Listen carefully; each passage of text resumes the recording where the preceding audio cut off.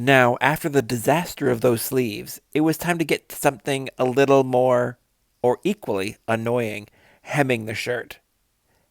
Hemming makes me angry, also.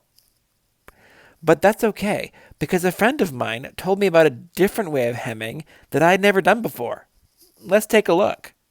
My friend told me to use bias tape for the bottom of my shirt, and that's what I'm just doing here. I'm pinning it right sides together all along the hem of the shirt. I've never tried this method before, but it seems interesting. Once it's right sides together, I'm just sewing it down with a 1/4 inch seam, thus attaching it to the shirt. This should provide some weight and might look interesting, and it would be a good contrast. Once that's happened, we're going to iron everything flat. This does take some time.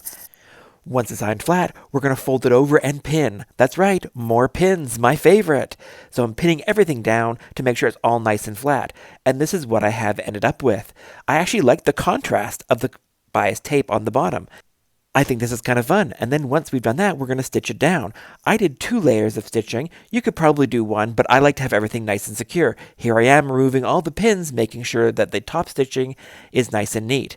And then, what do we end up with? It looks like this.